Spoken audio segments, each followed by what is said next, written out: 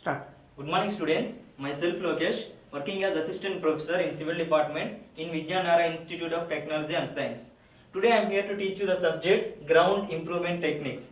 It is one of the elective subject in your 4th BTech first semester. Okay.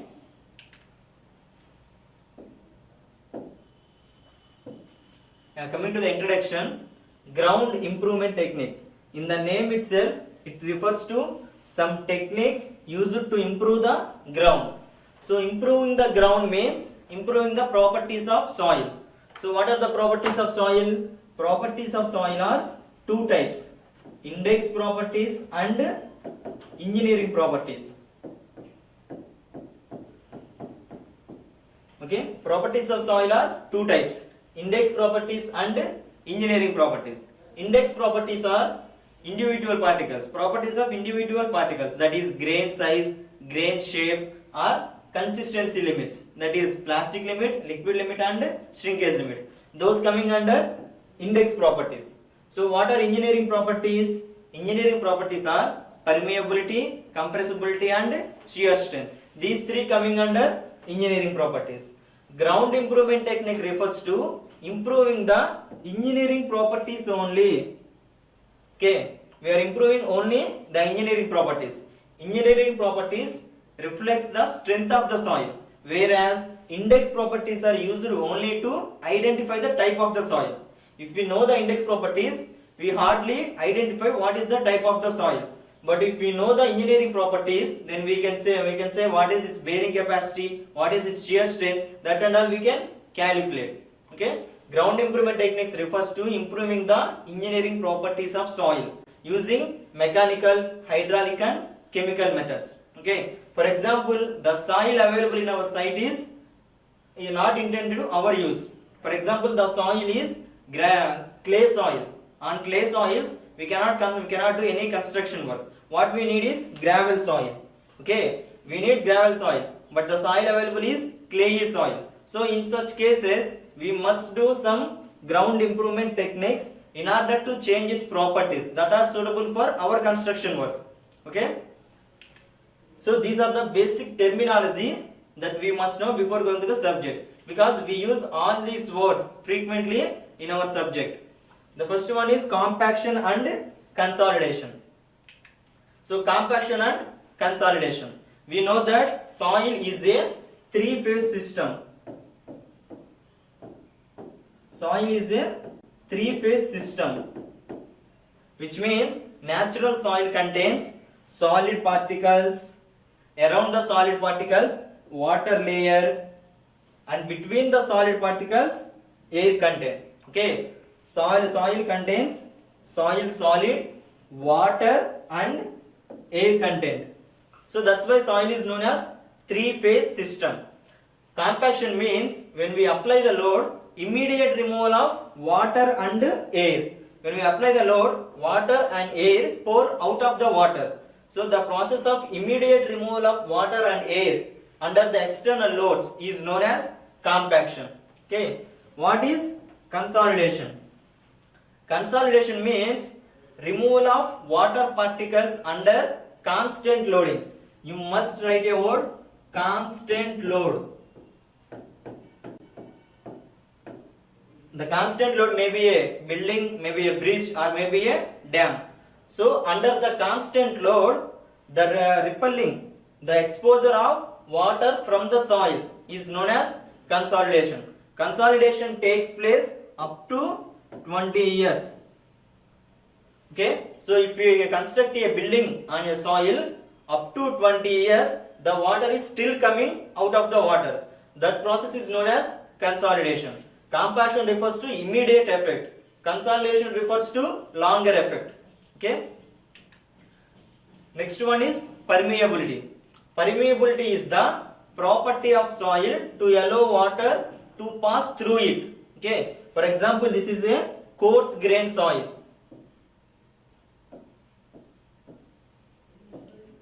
This is a coarse grain soil, which means it has larger soil particles. Okay. If you pour some water on a coarse grain soil, so the water can easily escape through the soil and reach the other side. we know it as high permeable soil. Okay, all coarse grain soils are high permeable materials. Okay, for example, let's take fine grain soil. This is a fine grain soil, which means the size of the solid particles is very less. Okay, if we pour water on fine grain soils, it has to take so many turns, and it is very difficult to reach the other side. So that's why fine grain soils are known as low permeable soil. Okay, permeability is the property of soil to flow water through it. Okay, it changes from soil to soil. Then what is percolation? Percolation means it is the name of the process. If you pour water on a soil, it comes from, it reaches top to bottom. So the process of reaching the water from one side to another side of a medium is known as percolation. Okay, that is only in vertical direction. So seepage means, seepage means horizontal flow of water. When it occurs, for example, there is a soil which is impermeable. The soil is a impermeable medium. Impermeable, which means opposite to permeable. So it does not allow any water to flow through it. So what the water say? It will flow in the horizontal direction, as it cannot pass through the impermeable layer. So seepage refers to the horizontal flow of water through the soil, is known as seepage. Permeability is a property of material. It changes from soil to soil. But percolation is it is the name of the process. The flow of water in vertical direction is known as percolation. Flow of water in horizontal direction is known as seepage. Okay. There is two more words, swelling and shrinkage. Swelling and shrinkage occurs only in case of clay. Okay. Clay is the finest soil out of all. Okay. Swelling and shrinkage occurs only in clayey soils. Why? When we add some water, if we add some water to clay, its volume increases. So the process of increase in volume when the clay is added to water is known as swelling. Okay. After, for example, it is the rainy season. We have clayey soil. In rainy season, the water can added to clay. So its volume will increase. That is known as swelling. After, for example, we have summer. In summer, all the water is evaporated from the clay. If we remove the water from clay, again its volume decreases. That is known as shrinkage. The increase in volume when water is added to the clay is known as swelling. The decrease in volume of clay, okay, when the water is lost from the soil, is known as shrinkage. Okay, swelling means increase in volume. Shrinkage means decrease in volume. So coming to the next one, applications of ground improvement techniques. What are the practical applications that we can use ground improvement techniques? Okay, the first one is in case of foundations. Foundations are two types, shallow and deep. Ground improvement techniques can be used for both the type of foundations. Okay, for example, the soil has low bearing capacity. We cannot construct shallow foundations on low bearing capacity soils. In such cases, we use ground improvement techniques and increase its bearing capacity. Okay, we are increasing bearing capacity.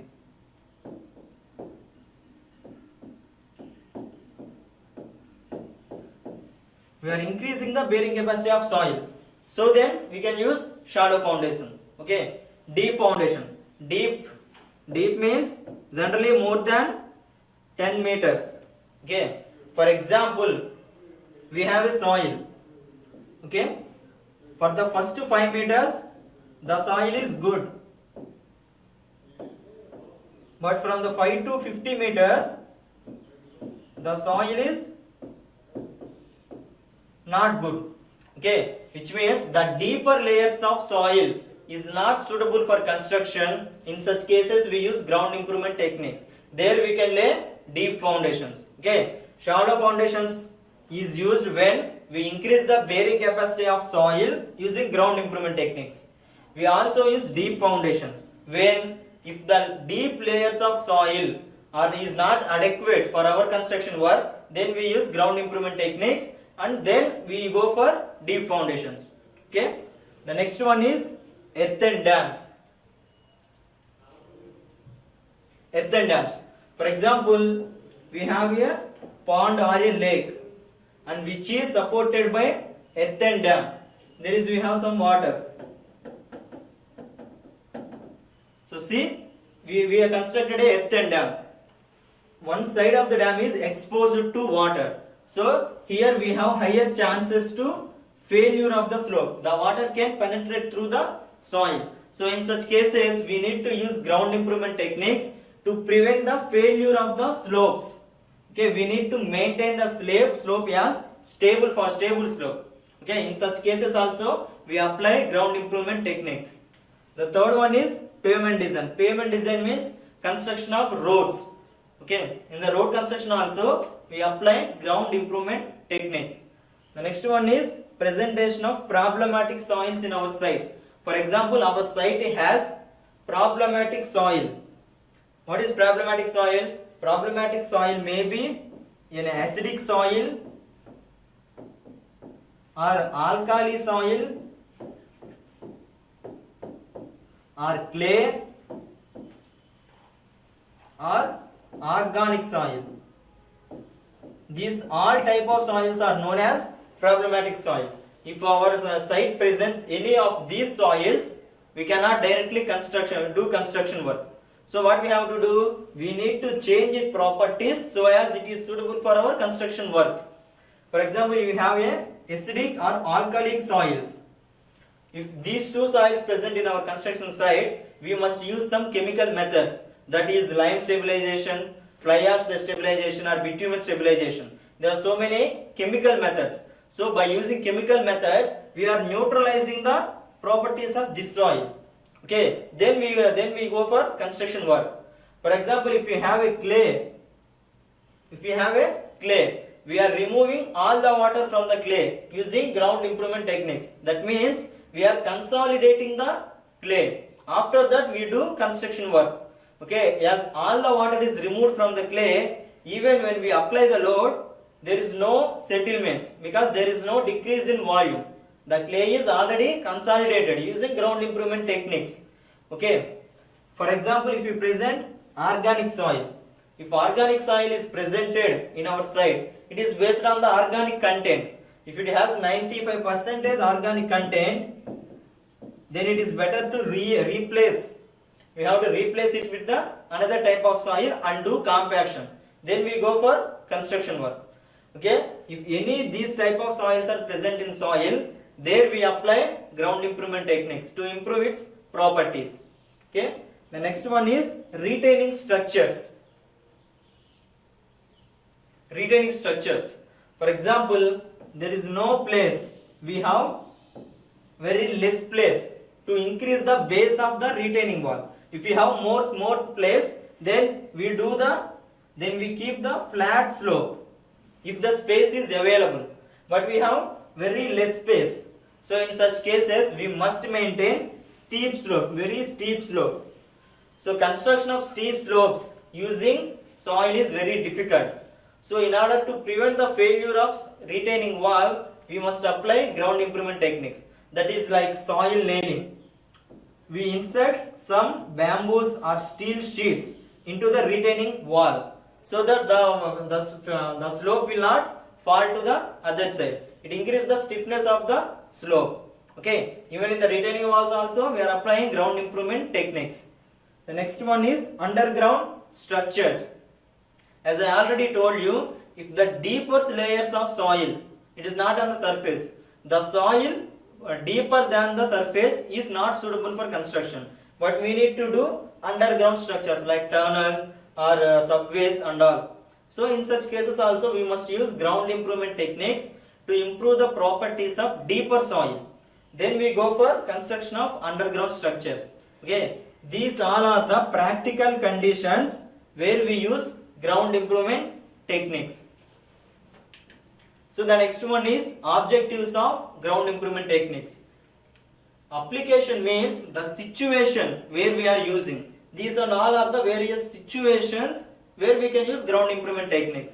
Objectives means what we are going to achieve, what is our aim using ground improvement techniques. So using ground improvement techniques, our first aim is to control swelling and shrinkage of soil. So if the soil present is clay, then only swelling and shrinkage will occur. So our main objective is to control swelling and shrinkage of the soil. The second one is to modify permeability of soil. For example, the soil presented in our site is a sand. We know that sand is a highly permeable material, but it is not suitable for our construction work. So we need to modify the permeability of sand. Okay, our aim is, if sandy soil is present in our site, then our aim is to modify the permeability of sandy soil. Okay, based on the situation, we are having these all objectives. The next one is reduce compressibility.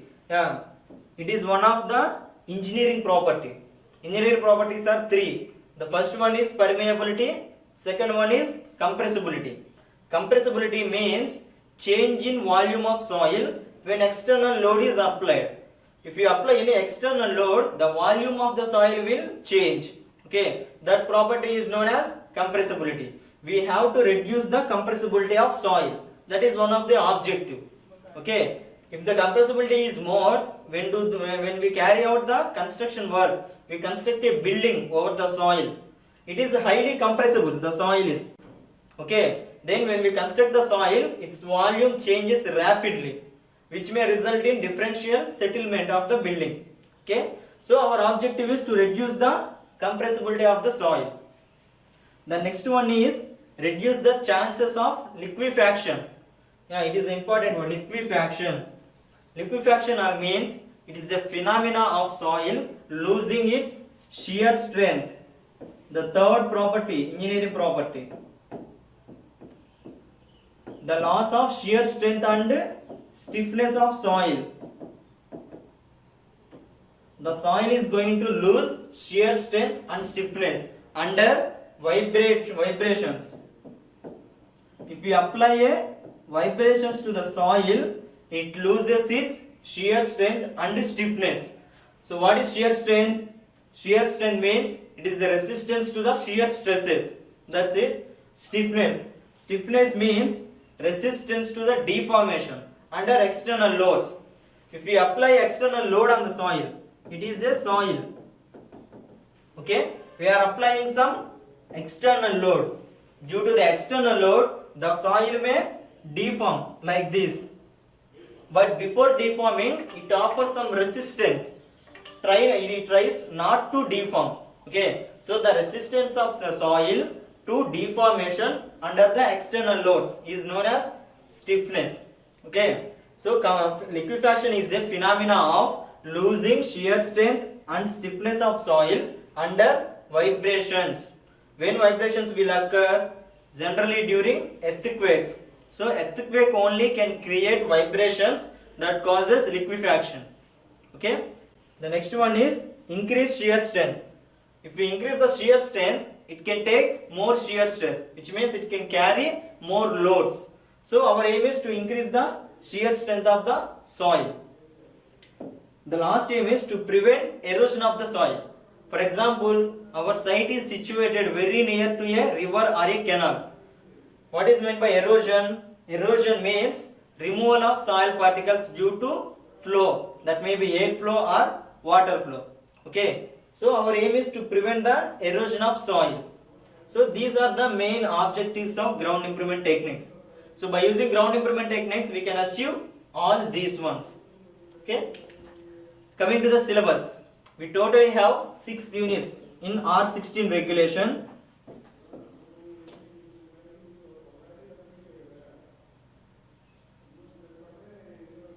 So the first one is in situ densification methods. In situ densification. In situ means in the field. We are not densifying in the laboratory. In situ means in the field. Densification. Densification means making the soil particles come close to each other. Okay, for example, the soil is in a very loose condition. The distance between the soil particles is very large. Densification means making all the soil particles close to each other is known as densification. Okay, densification is also known as compaction also. Why? Because compaction means removal of air and water voids from the soil. If you remove all the air and water particles, obviously the soil particles come close to each other. Okay, so that's why densification is also known as compaction. We are going to learn about various in situ densification methods in the first unit. Okay, in the second unit, dewatering. Dewatering means removal of water. It is one of the important unit as far as practical works are carried out. Okay, dewatering. Generally in India, the water table is available at very lower depths. Okay, for example,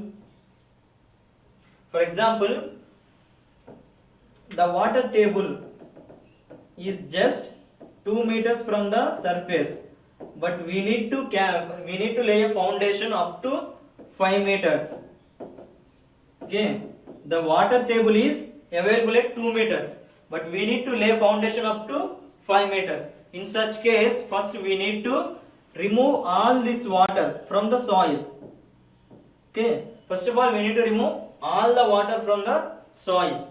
So there are so many dewatering methods to remove the water from the soil. That is multi-well point system, single well point system, reverse osmosis, electrical osmosis, such type of techniques are there. So we are going to learn how to remove the water from the soil in order to lay the foundation work. Okay. So in third unit we are going to learn stabilization of soils. This is complete unit is regarding chemical methods. Stabilization of soil is done using chemical methods. Chemical methods means very simple. We add cement to soil, that is cement stabilization. We add lime to soil, that is lime stabilization. Like that, we add some chemical components to the soil to increase its properties. Okay, there is total 6 chemicals that we are going to add. That is cement. Cement we are going to add to soil. Lime, fly ash, bitumen, GGBFS, ground granulated blast furnace slag. The last one is polymers. We are going to add these 6 materials to the soil. That is known as stabilization of soils, also known as chemical methods. Okay, these 6 methods we are going to learn in our third unit. The fourth one means reinforced earth. What is meant by reinforce? Reinforce means provision of some support. When we heard the word reinforcement, what we remember is steel. Steel is known as reinforcement. Why? But why? Why steel is known as reinforcement? Because we are adding steel to concrete to increase its strength. Concrete carried all the compressive loads. We are adding steel to concrete to help to take tensile stresses. So steel is supporting concrete. That's why steel is known as reinforcement. Here what we are reinforcing? We are reinforcing earth. We are adding some materials to support the earth. That is soil nails, sheets, piles, those and all we add to earth. Which means we are supporting the earth using that materials. Okay, that reinforced earth that we are going to learn in unit 4. Unit 5, geosynthetics. Geo means earth, synthetic means polymers. Okay, this is the present trend in the ground improvement techniques. We are not using all these methods. The only method that is used present outside is geosynthetics. It is very important unit. Okay, geosynthetics are various types. that is geomembranes, geogrid, geonets. Like that, there are so many geosynthetic materials are available. So by using various geosynthetics, what purposes we are going to achieve? Okay, for example, by using geomembrane, we can reduce the erosion of soil. Okay, by using geogrid, we can provide drainage facility to the soil. Like that, by using various geosynthetics, what is the objective that we are going to achieve? That we are learning in Unit 5. Okay, the next one is Unit 6, grouting. Grouting means application of material with some pressure. Okay, we are going to apply like cement or mortar or anything with pressure to the soil. Okay, in order to prevent the slope failure. Grouting is generally used to prevent the slope failures. For example, it is the slope of a soil. We are applying the cement with pressure. Okay, such that we can retain the slope from failure. Or else we can also use it in case of underground structures. For example, there is a tunnel. The top of the tunnel, this is the ground level. Okay, this is the ground level. We have constructed a tunnel here. The top of the tunnel is about to failure. Okay, in such cases, we apply the cement or mortar with pressure at the head of the tunnel, such that we can prevent it from failure. Okay, the various methods of grouting and the uses of each method is that we are going to learn in Unit 6. Okay, so let's come to the conclusion.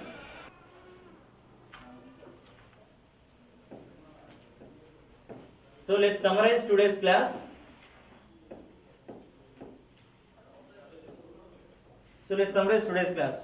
So what we learned today? So what is the meaning of GIT, ground improvement techniques? Okay, by using GIT we are improving engineering properties.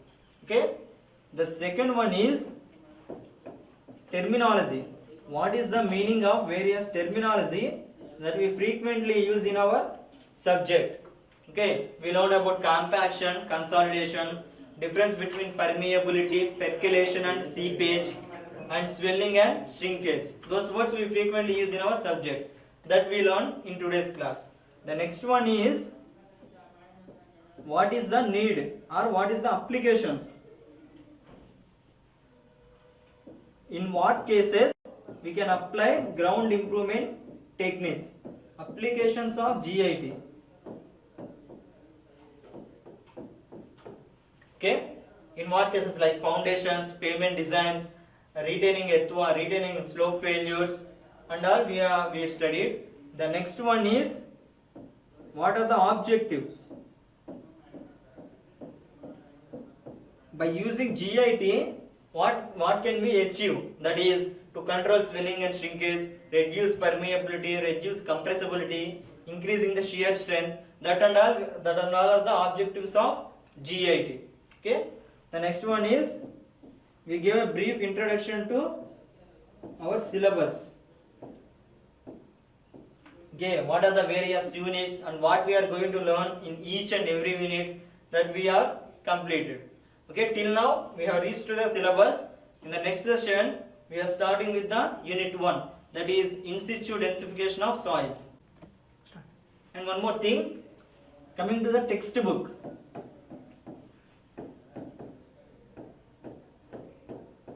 The textbook that I refer to you to use is Ground Improvement Techniques by R. Purushottam Raj. It is very nice textbook having all the content that you are going to learn in today's class, in this course. Okay, actually it is very difficult to get all the content from one textbook, but R. Purushottam Raj has most of the content. Obviously about 5 units of the content is available in R. Purushottam Raju textbook. So I prefer you to buy Ground Improvement Techniques by R. Purushottam Raju. Okay, thank you.